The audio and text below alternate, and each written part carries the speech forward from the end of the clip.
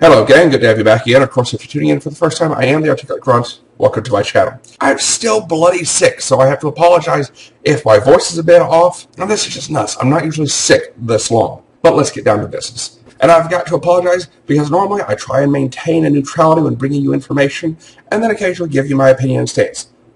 I'm just laying the neutrality aside and I'm going to give you straight up from my stance my opinion this time.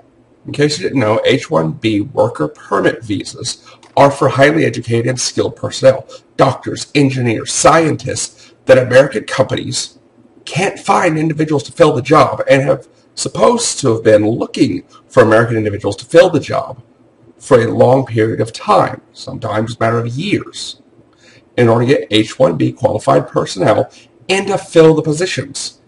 They're good for 6 years with a single maximum of 3-year extension, giving them 9 years to work in America. Of course, during that time, if they want, they can put in for citizenship and all that kind of stuff. But we're not going to go there this video.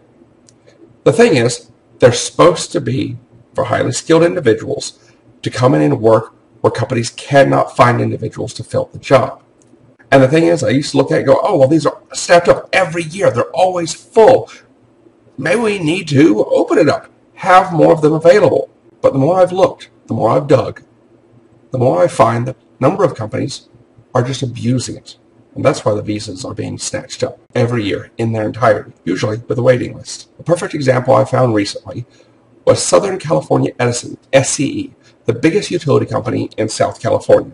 Now, as of 2012, before they started any layoffs or anything, they had an employee base of 1,800 personnel, 1,800 people, with an additional 1,500 contractors.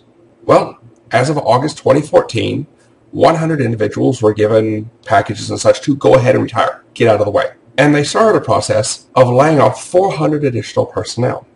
Are they downsizing? Are they having budgetary problems? No.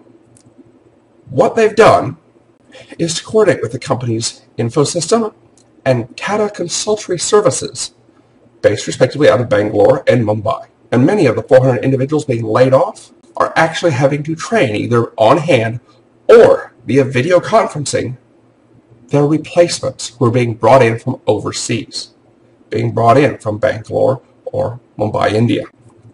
This is not what the H-1B visas were supposed to be for. This is not what they're meant for. This is not their stated purpose. These individuals are not being brought to the U.S. to fill gaps that companies can't fill.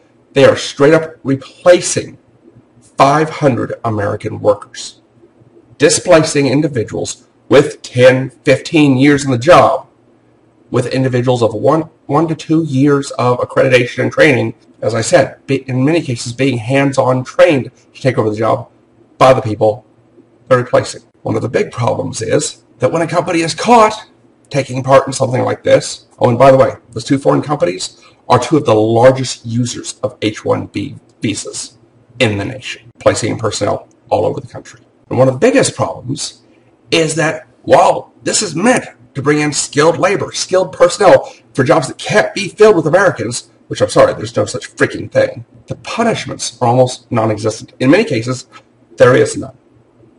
There's no regulations or punishments upon the companies bringing the people in or on those contracting to use them ahead of time, much less hiring them on the spot.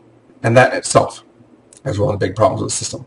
In addition to that, our wonderful Congress and Senate just passed new regulations this last year. If you remember, I just said it's a 6-year work visa with a single 3-year extension. But now, the Department of Labor, in conjunction with new senatorial and congressional guidance, has changed its tracking policy. Records will only be kept 5 years. That's right, so that individual hired on a 6-year visa, after 5 years, the documents are shredded. There's no more records of what company hired him, what company brought him or her in, or even who it is that holds that visa. So they come in for the 3-year extension, and that's pretty much it. They've been off the books for a year. They come in, hey, here's my license, here's my visa, extend to me. Yeah, all that information has to be regathered and the visa put back out again. That makes it virtually impossible for trend and information tracking companies to say, wait a minute, here's the trends, here's what this company's been doing, here's the kind of people they've been bringing in, because it only goes back 5 years, not even one full visa cycle. And in many ways, in my opinion, this is just wrong. It isn't filling job slots that Americans can't fill, because you know what? There's no such thing. We've got skilled people. We've got people underemployed all across this country who can fill those jobs. Companies just don't want to pay it. Companies just want to pay overseas wages. And the punishments for those violating the basic tenets of the H-1B are virtually non-existent. So what can we do? As I always say, remember to get up, get out, and get involved. Make contact with your local congressman, your local senator, and let them know this is messed up. You don't agree, and it needs to be fixed. Legislation needs to be put in place to punish companies that displace Americans to bring in foreign workers. And the H-1Bs need to be restricted. Job-finding companies that bring people in, fill gaps that haven't been open for a year or more, that can't prove that they can't find an American qualified to fill that position, those companies need to be fined. But that's just my opinion. Take care of yourselves. Once again, I'm sorry for deviating off my normal attempt at staying neutral. I kind of said screw it on this one because this is wrong and it is hurting our American people. It is hurting our jobs and it's hurting our future possibilities. Take care. Get up, get out, get involved. Nobody can stop you from doing your best but you. Others can make speed bumps. Nobody can actually stop you but you. And if others get involved and do things you don't approve of, but you didn't do anything, you got nobody to blame but yourself. I am the Articulate Grunt, and we'll catch you next time. Until then, out from here. Bye.